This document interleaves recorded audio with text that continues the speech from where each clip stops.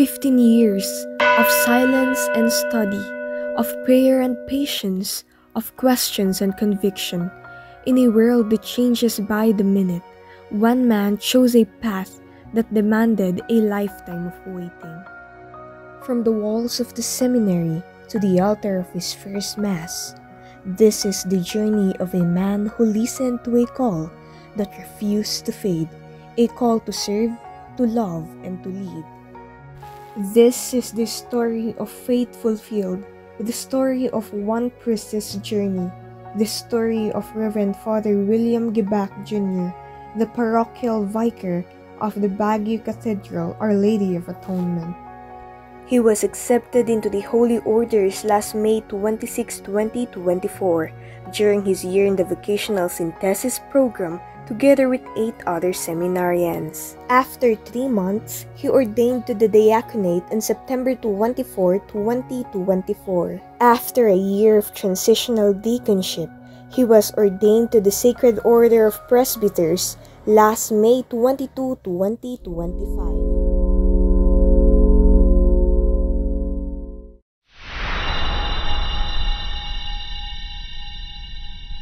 Good afternoon, Father. I'm Justin David Ramos from CSRCE Basic Education School, Labrador High School Department Senior Life Coach. And we come here today to interview you about your work as a priest, and it's most especially to interview you about vocations, since many of us are really inclined to the vocation of priesthood or religious life. I may ask you, Father, what year did you begin discerning your call to the priesthood? Well, I believe, first and foremost, I am Reverend Father William Gibac Jr. of the Diocese of Baguio. So first and foremost, I believe that my vocation to the priesthood started not with a year, but rather I do believe that my vocation to the priesthood started within the family. As we say, the family is the seedbed of vocation. Doon po nagsisimula lahat ng bukasyon ng either pagpapare or pagmamadre, nag-uumpisa po lahat ito sa pamilya. Especially as the family will go together, attending the Mass or praying together as one family. I believe that that is the starting point of every vocation. And then this vocation was nurtured in the community of Kabangan, especially in our parish, St. Michael the Archangel Parish, as I also continued to go to the barrios, especially when I became an altar server. I do believe that it was nurtured in that area when I became an altar server and then joining the barrio. And I always say that I owe my vocation to the people, especially yung makikita mo yung mga tao na masaya every time the priest will visit them. Kasi sa amin, there are masses in the barrios, but it is only once a month. Kasi malalayo nga po. Kaya minsan pag pumupunta yung pare, doon mo talaga makikita yung saya ng mga tao every time that a priest will come to celebrate the Eucharist for them. And I do believe that that also nurtured my vocation to the priesthood, and it led me to entering the seminary. Since you mentioned po that your vocation started when you joined the Ministry of Theology Service, does that mean, Father, that is your discernment, or I mean the inclination that you have for the priesthood started at a very young age? Of course, because as I said, it started in the family. So when you are in the family, well, it started in your childhood. Nung bata ka pa lang, well, yung sabi ko, even if you are still a baby, mga 3 years old, or you just started walking, if your family is bringing you to the church, you're praying together, that would really affect how you will perceive life, how you will have this kind of vocation. Kaya nung pumunta na ako sa simbahan, nung lumaki na rin ako, and then I was able to serve in the church, doon mas lumalim, doon mas na-nurture yung vocation. But it did not start there. It started within the family. So that is always the starting point, I do believe, of every vocation. When after you entered, or during your entering to the seminary, Father, what is the most challenging aspect that you had during those times? Well, upon entering, maybe the most challenging is first and foremost is the financial. But as I can see it now, I do believe that every part of the seminary life is challenging. Sa lahat po ng parte ng formasyon, mahirap po talaga. Why? because in every part of formation, you need to say goodbye to some things and you need to embrace new things. Yun, sabi nga natin, you need to unlearn in order for you to relearn or in order for you to learn new things. Kaya in every part of the seminary vocation has also its own challenges, but it does not end there because in every challenge, it also brings growth. It also brings a new person, a new learning for me. And so I do believe that, well, yes, merong mga particular na challenges sa seminary, especially most of the seminarians. One of our problems, one of the challenges that we face is the financial aspect. Kasi mahal nga rin naman ang maging estudyante ang mag-aral, kaya kailangan din ng mga benefactors. That is why the church also encourages not only persons who will enter the seminary, but they also encourages some people to become benefactors, to help in the seminary journey of every seminarians. Maybe ask you, Father, what is this one scripture or one passage that you hold on to during your time, during those challenging times in the seminary? Well, for me, there is no really particular verse that I am holding on to in the seminary. Because I do believe that hindi naman walang generic na salita ng Panginoon.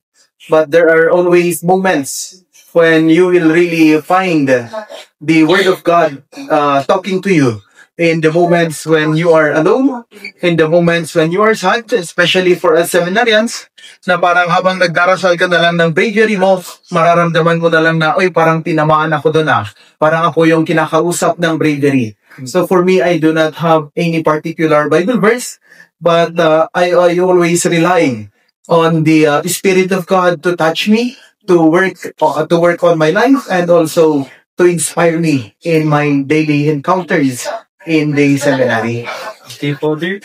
When you were ordained as a priest, what must have been the feeling? Well, for me, when I was ordained a priest, I was ordained last May 22, 2025, bagong pare pa lang po. And regarding the feeling, well, I think lahat kami pare-parehas yung feeling. Hindi namin alam kung ano yung feeling. Because being ordained as a priest, yung sabi nga natin, well, there is always the feeling of unworthiness. Pero yung sabi nga nila, sino ba ang worthy? But it is up to God to make you worthy because He is the one who called you. And He is the one to give you the graces in order for us, priests, to continue on to serving His people. Kaya yung sabi ko ay hindi ko alam kung ano yung na-feel ko nun. But what I know is that I am blessed, that I am gifted with the graces of God. Because yung sabi nga namin, ang pagpapare ay isang grasya ng Panginoon. Well, nandun yung saya, nandun yung lungkot. Ano pa ba yung ibang feeling doon? Parang saya at lungkot lang yung alam ko. And all the kinds of emotions na pwedeng maramdaman ng tao, andun na lahat yun when you are there facing the bishop for your ordination. But as I have said a while ago, well, vocation or the ordination to the priesthood is a grace from God. It is a gift. And so my feeling is of thankfulness. Yun yung parang naramdaman ko yung thankfulness, yung gratefulness sa Panginoon for this special gift, the gift of priesthood. Now, Father, that you're ordained as a priest, you're a new priest, but now that you're ordained, what is the most challenging now that you're ordained as a kid? Challenging thing that has happened to you? Well, as a young priest, I'm just enjoying my life. As a young priest, well, wala pa naman talagang malaking challenge na na-encounter ko since I am still a assistant parish priest and I always rely on the guidance of our director here in the Baguio Cathedral, Father Berlin, and he is a good mentor. He is a good brother, an older brother who guides me. And kaya medyo okay pa naman. Wala pa naman talaga akong na-encounter in my 5 months as a priest. I have not yet encountered any major problem or any major difficulty or maybe challenge in my priesthood. Now, lastly, Father, what can you say to those youth like us that are discerning the path towards priesthood or consecrated life? Well, my message is huwag kayong matakot. Yung ano nga natin, yung nilagay namin sa slogan namin doon sa vocation campaign poster, sabi namin doon, ikaw na lang yung kulang. Tara, magparing tayo. Because as we have said, our vocation is always leading us towards God. Kung ikaw ay talagang tinawag ng Panginoon, tinawag ka talaga niya. Takbuhan mo man yan, tatawagin ka pa rin ng Panginoon. So do not be afraid, just do not be afraid to reply sa tawag ng Panginoon. Just allow God to work in your life, and I am sure that He will make the best out of it. How do you seek support from spiritual directors, perhaps? Well, you know, in the seminary, isang magandang tanong yan. Especially now kasi yung mga bata or yung mga young people, sometimes parang yung sa kanila, I am alone, mag-isa na ako, walang nakikinig sa akin. But one of the important thing in the seminary is yung tinatawag namin na brotherhood. Maganda yung ano namin doon. Meron kaming diet, meron kaming diet and triad na tinatawag. Yun po yung parang accompaniment group namin. And in that accompaniment group, meron din tatlong members doon. And then doon yung parang confident mo na pwede mong sabihin lahat, pwede mong express lahat sa kanila. You can share everything under the sun and they will not judge you. They will listen to you. Parang yun yung pinaka-close na grupo ninyo sa seminary. And so even if after graduating, even if after becoming a priest, we maintain that kind of diet, that kind of triad, that kind of confidence, peer group confidence, or any kind of confidence. Because we believe that it is in listening, it is in sharing also, that we can grow more as brothers. Kasi yung sabi nga nila, it is seminarians, it is priests who can understand his brother priest. Kaya mas maganda na meron yung band ng mga pare. And in our diocese also, we also have the clergy recollection. And this happens every month that we gather as the diocesan clergy, as one clergy of the Diocese of Baguio.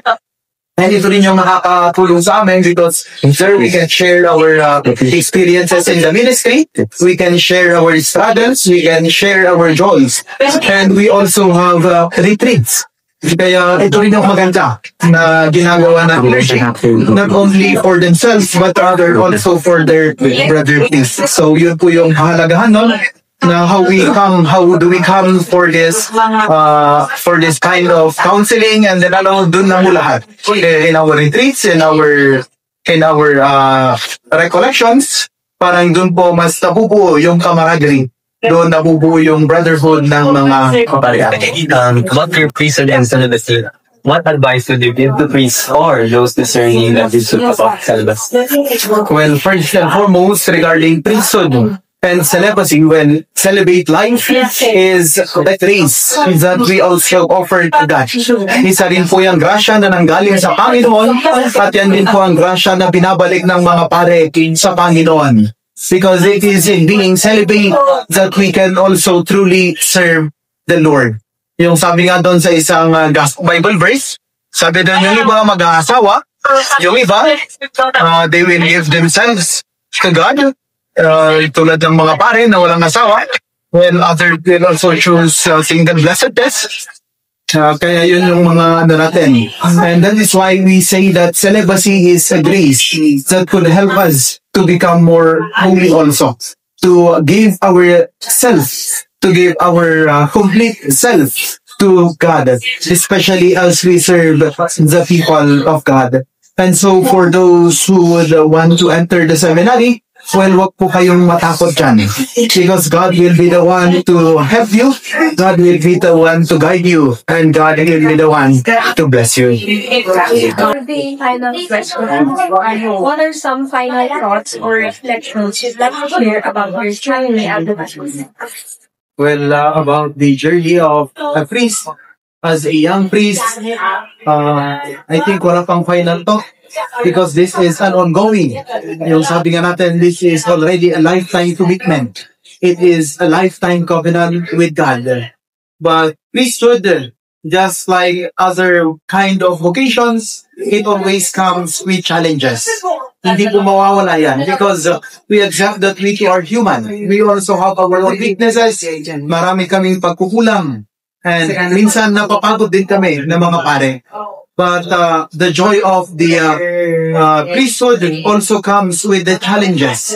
Yes, there are challenges, but I always believe and I always experience that every after the sadness, every after the loneliness, every after the challenges and difficulties, always comes the joy that comes from the grace of God. Yung makikita mo yung mga tao na masaya, yung makikita mo yung mga tao na they are growing in their faith, that also gives us the joy. Kaya sabi ko nga, well, priesthood may not be the best life, or it may be the best life, but for me, it is the most fulfilling life that we can choose, that we can offer to God. So for those who want to enter the seminary, lalo na po yung mga bata dyan, huwag po kayong matakot. Do not be afraid to try. Do not be afraid to respond to God's call. Because in the end, this is still the most fulfilling kind of life. Maraming salamat po. In every vocation lies a testimony of faith, patience, determination, and perseverance, according to the words of Father Gibak. He emphasized that entering the priesthood is not merely a simple choice. Rather, it is a calling to lead, inspire, and serve God. In those 15 years, he encountered challenges that almost led to a detour, but it did not hinder him from pursuing his true mission and purpose, and even made his trust and faith in God deeper. Formation is not just an academic pursuit, but a spiritual journey that not only transforms the mind, but also shapes the heart. His message to the youth who aspire to enter seminary echoes loudly. Do not be afraid, because God will be the one to bless and guide you. In every step of the way, God looks after us despite the bumpiness of the road. He reminds us that the call to serve is a gift and a duty in a world full of diversions and short-lived promises. His journey makes us think about what it really means to follow Christ, to give up comfort and ambition in favor of a life of love, service, and sacrifice, affirming that to answer God's call is to discover the truest and sacred meaning of life.